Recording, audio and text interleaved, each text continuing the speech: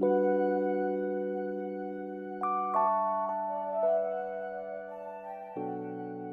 and welcome to the Movement Enthusiast podcast. I'm your host, Brianna Sakala. This podcast is all about movement and the wonderful changes you can make to your physical and mental well-being simply by implementing movement into your everyday life. In this series, you will get to know many other movement enthusiasts who have influenced me and inspired me to get out there and get moving. Today's guest is my great friend, Brandi Pellerito. Brandi is a yoga instructor based out of Tarpon Springs, Florida. She has recently created a beautiful website with tools to overcome stress and anxiety with using yoga. She most recently became certified as a prenatal yoga instructor and is currently working toward her 500-hour certification. So today I have joining me Miss Brandi Pellerito. Thank you so much for joining me today, Brandi. So I'm going to start the podcast with the same question I always start with, and that is, when was the last time you moved?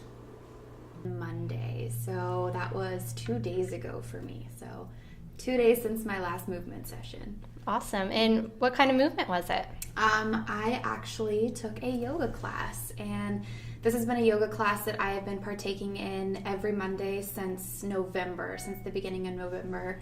And it's been a wonderful opportunity to not only move, but to study with some really wonderful teachers. We've had two swamis actually that have been contributing and sharing their knowledge since November. They're typically in India, or they live in an ashram located in California. Wow. So it's been phenomenal to not only move, but to also just absorb this amazing knowledge from these two swamis. So. Oh, that sounds like such a good experience. Yeah, it's been amazing. It's been really amazing. That's awesome. Thank you. So I'm curious about your childhood. Where did you grow up? I grew up in Arizona. So I was not born there. I was actually born in Austin, Texas, but I grew up in Arizona. I spent from age 7 to 23 living in Arizona. So. Oh, wow. Yeah. And were you active as a kid? Oh, yeah, definitely. I think, my first recollection of activity would have been playing soccer, which was a total bomb for me as a child. I think I was more interested in, picking the flowers in the grass, and I think we lost, every soccer game, so that wasn't my go-to. From there, I moved into playing softball. I think I was probably 11, maybe 10 or 11, moving into softball. I played softball for a couple of years. I played girls fast pitch softball.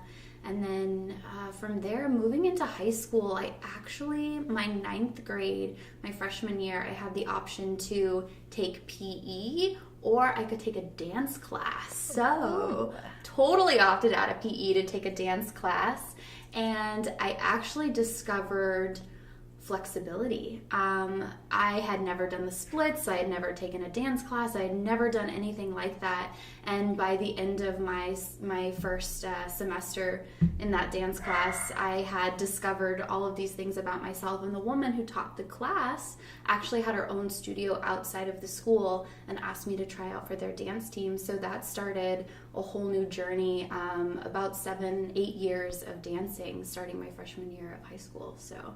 And then from high school and my dance, that transitioned slowly into discovering yoga, really becoming aware of it, I think 2012, so was when I really kind of discovered that type of movement. So it was pretty fluid from once you experienced the dance and you spent several years with it. It was just almost natural just to flow right into yoga. Oh my gosh, absolutely. And it's funny, of course, through the process, I discovered some more deep meaning to it. But at first I was like, oh, I can touch my toes, I can do the splits, I'm really flexible, I could totally do yoga. And then, of course, later down the road, I discovered that I kind of didn't really know what I was doing. So that is what led me to my teacher training. So. Oh, that's awesome. Yeah. So tell us a little bit about your teacher training. What was it like? So my teacher training was kind of this sporadic thing that I decided to do. when I discovered movement, I discovered yoga, I also discovered some deeper, more powerful spiritual things in the yoga practice, and that really kind of cued me. I wanted to go to India. I created this whole mystical, magical experience of yoga teacher training and going to India. But I had this moment, this realization where I felt like I had been presented this opportunity with this studio here in Florida, and it just seemed right. I was like, why am I chasing this dream? I've got this beautiful opportunity here, and I followed it.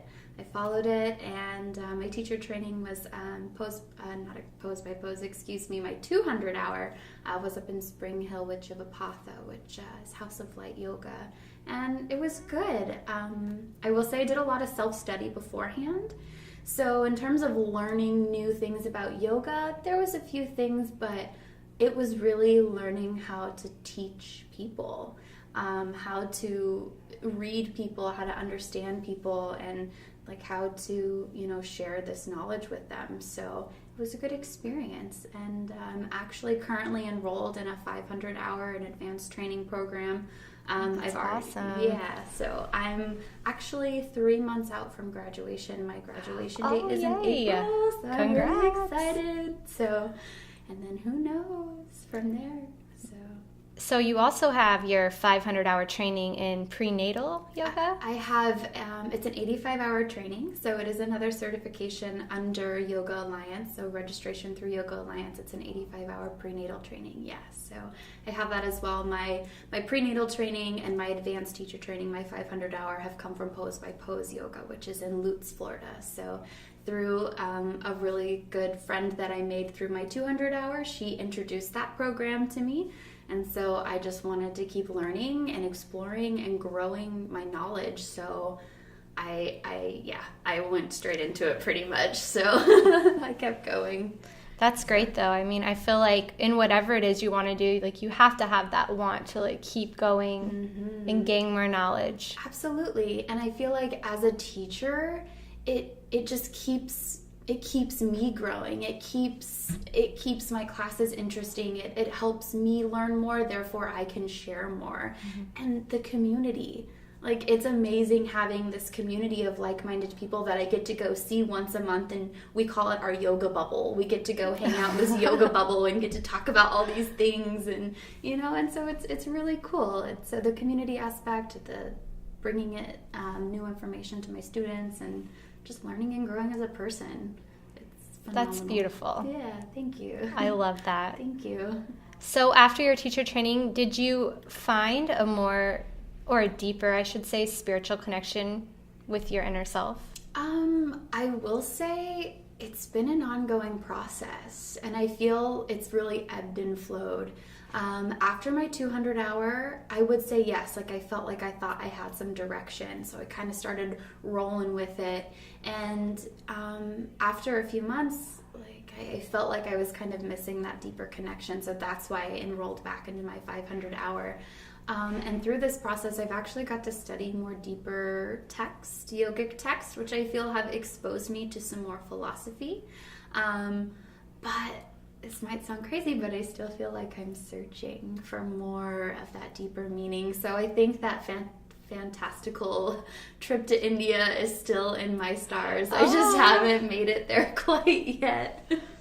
That is so amazing. That would be a dream come true. Yeah, definitely it would. But still just ebbing and flowing, and even still just being reminded of things I felt like I discovered a few years ago, and then things coming back up in my life, and these aspects, this understanding, it's this funny thing. I feel like we have these awakenings or these realizations, and then we maybe practice them for a while, and they kind of go under the rug for a little bit, and they come back around full circle. So what types of classes would you say are your favorite to teach? So my favorite to teach, and this is me I still feel like I'm so discovering myself as a person and as a teacher. Originally when I started, my goal was I wanted everyone to know that they could do yoga, that it didn't matter. One of my teachers would always say, if you can breathe, you can do yoga. And I love that. My first yoga experience was a little scary. I didn't know what I had gotten myself into. I thought, oh my God, I could never do this. It was a hot yoga class. It was very intimidating.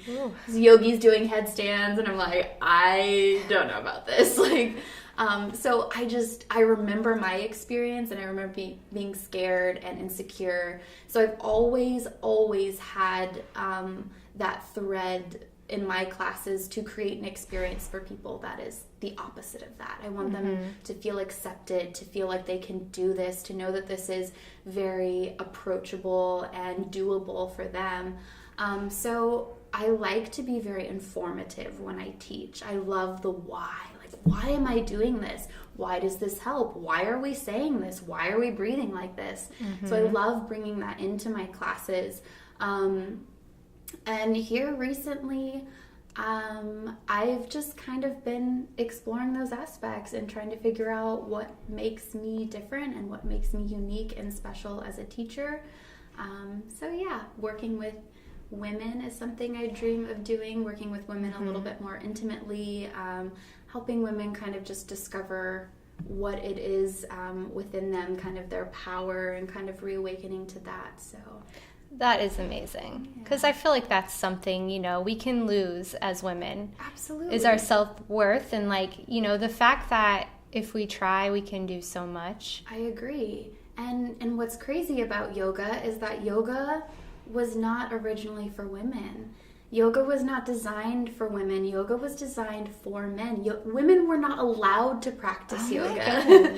So to see this revolution of women practicing yoga, it's very rare that you see men in classes, which I highly encourage. It's of course good for men and women, but to see this underlying revolution, I feel, of women coming to yoga and just the self-discovery and the discovery of power within that you can get through yoga, I think is pretty key. So I think there's something happening there with the women and the yoga and remembering our power. So I love that. Beautifully said. I have goosebumps right now.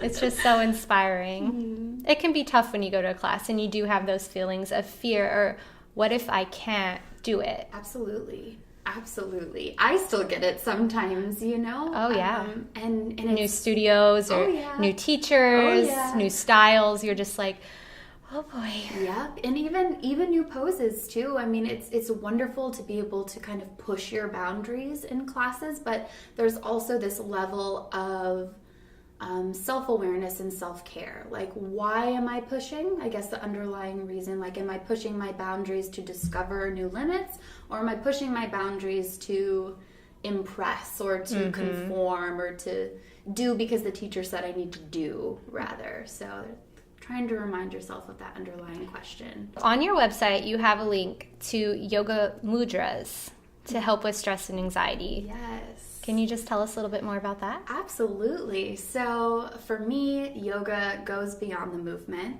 And for me personally, just through life experiences involving stress, anxiety, I've discovered the power of yoga mudra. So yoga mudra is basically just a hand gesture. A lot of times you'll see them in fancy yoga poses. People have their fingers kind of touching in certain shapes, if you will. But the idea behind this is it's very energetic. It's kind of linked to the brain and parts of the brain. And so we're kind of creating and connecting a circuit, essentially, and these circuits do different things. So for me, discovering the idea of creativity, and if I'm under a lot of stress, it's really hard to create. So I wanted to kind of share this stress relieving idea with people, and again, kind of aiming at those women and kind of that creative vibe, really. But yeah, just I have this link, and it's just a free link for people to be able to download. There's 3 particular mudras in there that are extremely helpful, and the cool thing with mudras is you can practice these anywhere, anytime. There's no contraindication. So certain yoga poses, if you have a sore knee or your neck hurts, you can't do these things. But these yoga mudras, you can do them anywhere, anytime. And that's really helpful when we're experiencing stress or anxiety, because it just kind of happens sometimes. So, oh yeah, yoga toolkit. I love it. Yoga toolkit. I'm definitely going to put that in the link of the show description. I would love that. Thank you. Absolutely. I'm going to have to try it myself. Yes, and please let me know. I've been asking for feedback in terms of how people feel afterwards, and just what their experience is. So if any of you out there do download it, please let me know what you think. I'd love to know. I know you have a deep connection to astrology. What role does it play in your everyday life? So astrology has been a really fun tool, again, of self-discovery. I love these tools of self-discovery. And when I first discovered what a natal chart was, I was personally blown away. And for those of you that don't know what a natal chart is, it's essentially a blueprint of you. It's a blueprint of the heavens at the time that you were born. And yeah, I love it. So it's just like, it's so your whimsical blueprint. It just says so much about your energetics and who you are. And I feel when you dive into it more, there's so much that's so telling. And when I first discovered my natal chart and I read more into it, I couldn't believe the things that I were reading and how much it resonated with me. And over the years, it's just proven time and time again, through astrology, through patterns, and the moon is something I feel deeply connected to as well, especially being a woman.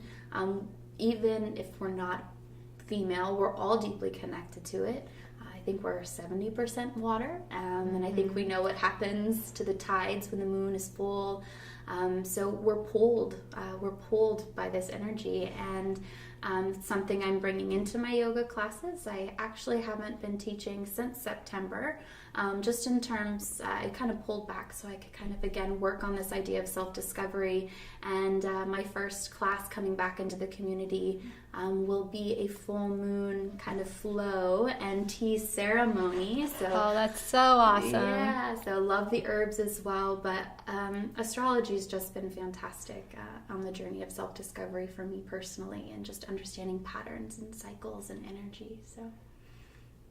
So you're not one of those people who feel like it doesn't affect you, or like it doesn't have anything to do with you because it's silly. Yeah, exactly. So I love that kind of stuff, and I just feel it sounds silly, but there's just like a deeper knowing that I feel personally that it is what it is, and it affects us whether we choose to believe it or not. And the idea of sacred geometry and just looking at geometrics and magnetics and just the way that things have pull, even just the way the planets pull on one another. I mean, for me, it's just, there's no denying the fact that these heavenly bodies affect us some way in some form.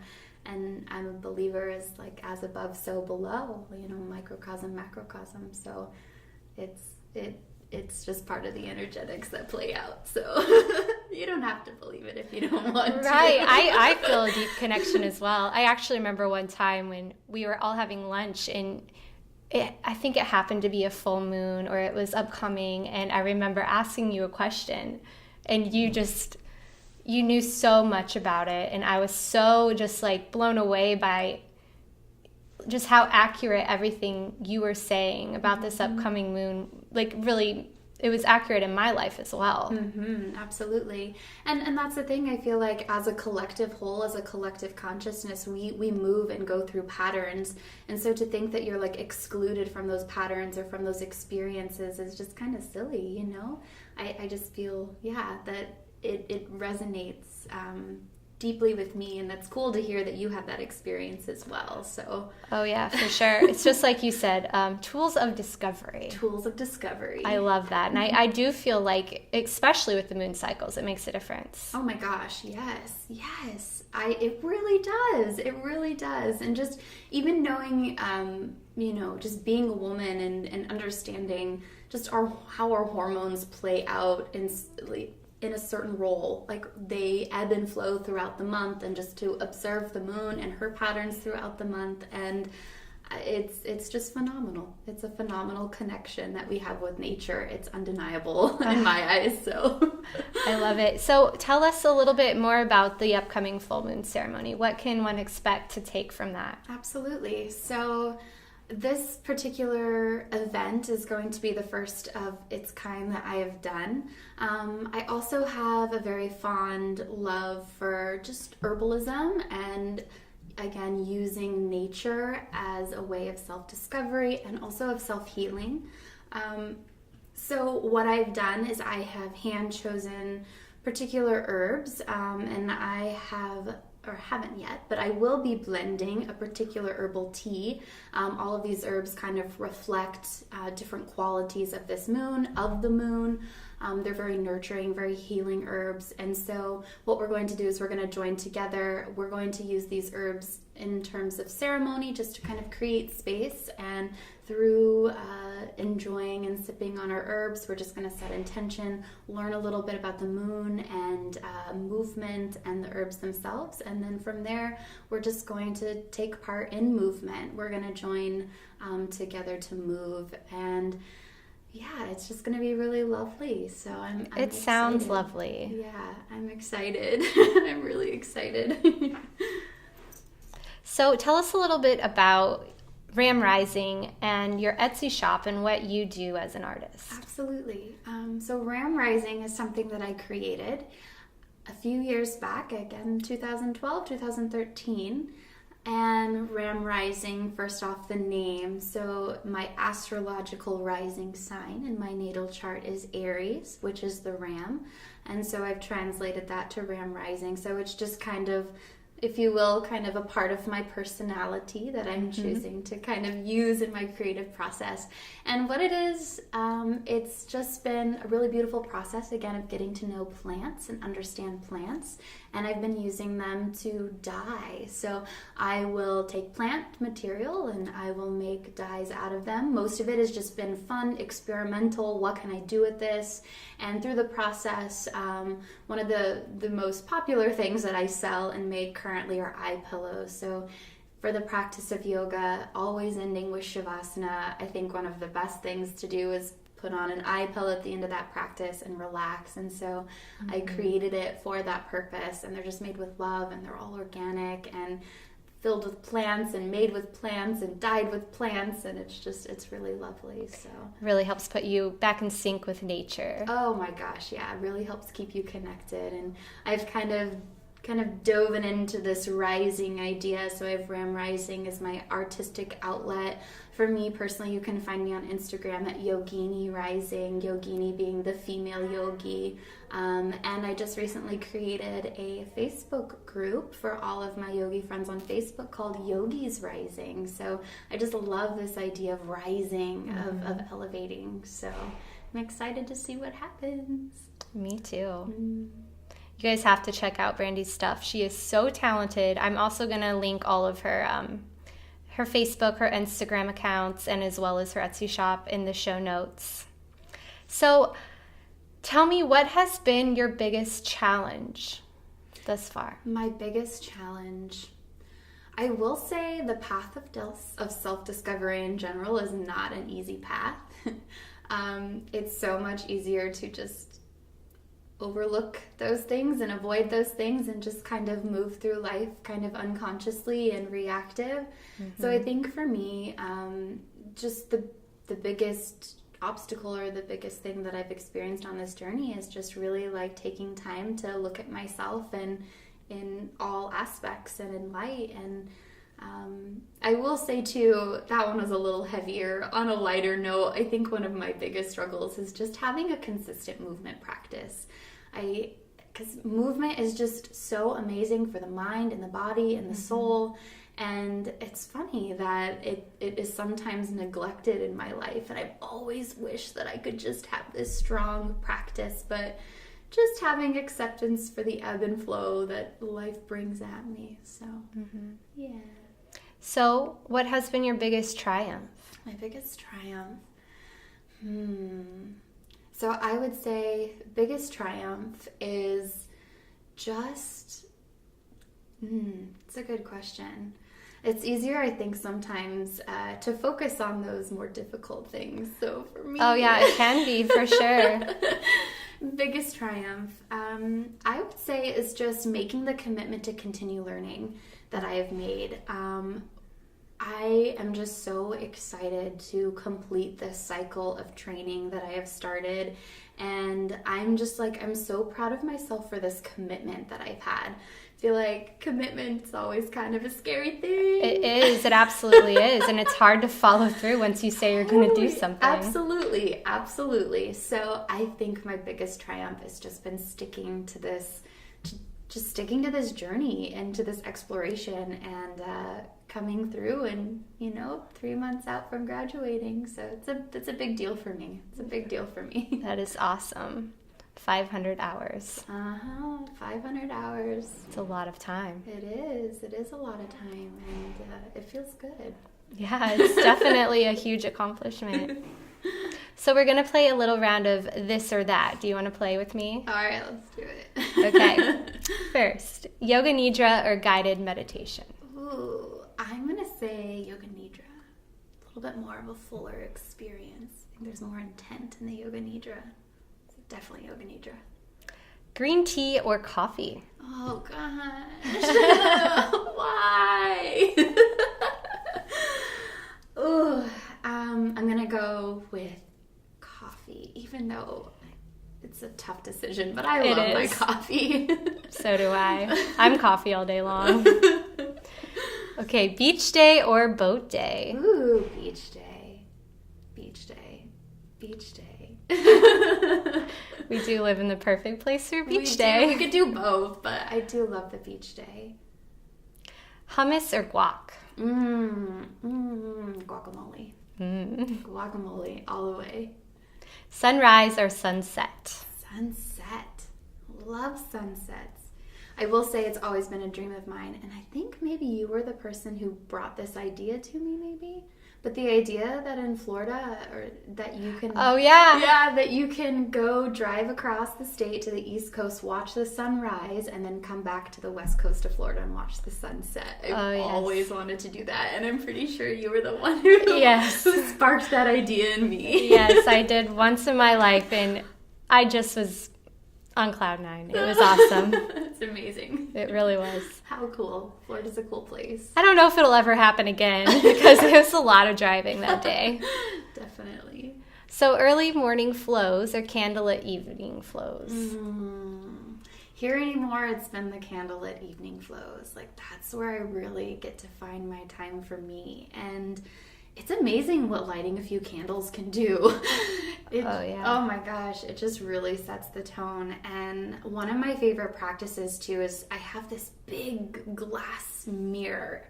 It was actually saved from like a job site that my stepdad had worked on, and they broke off this big mirror piece, and I've held on to it for the last couple of years. But I just love like propping that thing up and sitting down in front of it, and I light a couple candles, and it's amazing because it turns into a really meditative practice. Like, I get to sit down and like look at myself and just appreciate myself, and it creates just a lot of intuitive movement. You just start to move in a way that feels good and authentic, and that's by far been my favorite. It's been rough getting up early. So the last thing I want to do is get up and move. It's good. It's really good, but I don't know. I feel a difference in my body too when I move early. I'm a lot stiffer. My body's a little more limited in the morning, which rightfully so, it makes sense. But I like moving definitely later in the evening for sure. I love that. It's like decompressing in a way. Oh, totally. After you've had all of your experiences in your day, and then being able to have that moment to just clear it all out. So I feel like we're so fresh in the morning, you know? But come the evening time, trials and tribulations of life. Oh, yeah. You're in a totally different frame of mind. That to me is the toughest time to do any type of exercise. But what you just said, I'm like, oh, I want to do that tonight. Yeah. I want to light a candle, make some tea, and I literally just want to sit there and that's it. It's so nice. It's so nice. It sounds amazing. Definitely my favorite way to go. Okay, so hot yoga or yin yoga? Ooh. So hard because I feel all of these things serve a purpose. So it's like, which much one. Hot yoga and yin yoga. Exactly, yin yang. So, I'm gonna go with yin yoga. I appreciate hot yoga. Here anymore, I feel like it's probably more of what I need, but there's something really special about slowing down. I feel like I have more of an opportunity to kind of dig around in a yin class. I have more time to explore and kind of feel the feelings, feel what's going on. So I'm going to go with yin yoga. And the last one, instructor or student? Ooh, student. I'm always a student. I'll always, always, always be a student, hands down. So, yeah. And this is the last question. This is the last question I'm going to end with on every single episode. In your opinion, what is the number one benefit of yoga in movement? So, yoga is the act of moving the energies in the body. And I think that we oftentimes get stagnant. Our mental patterns get stagnant, our body gets stagnant, things get stuck. And so I recently took this, I didn't take it, I went to see Tony Robbins. And Tony Robbins is a big, very amazing motivational speaker, and I went and saw him in Orlando. And it just clicked for me. Movement clicked for me with him because every 30 minutes, this guy for 4 hours had us jumping up and down and just like moving our bodies and like clapping our hands.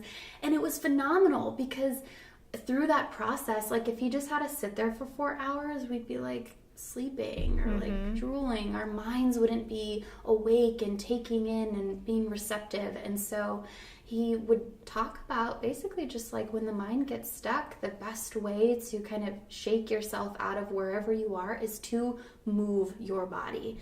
And yeah, so like when you go to a yoga class, like you feel amazing afterwards, right? That's true. Yeah, and it doesn't matter what's happened in your day, what's going on in your life, to like step onto your yoga mat for an hour and a half, and then just to be able to like walk out and like feel good and refreshed about wherever you are in your life. So I think it has to do with that radical movement of moving the energies, moving your body, and just like breaking yourself out of those mental patterns, those physical patterns. So it's crucial. It's so important. Oh, so beautifully said. Again, I'm sitting over here with goosebumps. Thank you. Thank you so much, Brandi. Yeah, you're so welcome. It's been wonderful chatting with you today. Yeah, I appreciate it so much. I'm so excited to be a part of this, to get to talk about my journey and some of the things that light me up. Yes, and it's been amazing hearing your insights in what makes you you. Thank you. You can connect with Brandi on Instagram at Yogini Rising and via her website and Facebook group, which I will leave linked in the show description.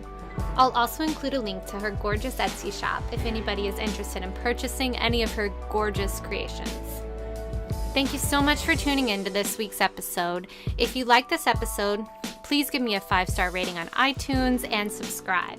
And as always, get out there and get moving, and I will talk to you guys next week.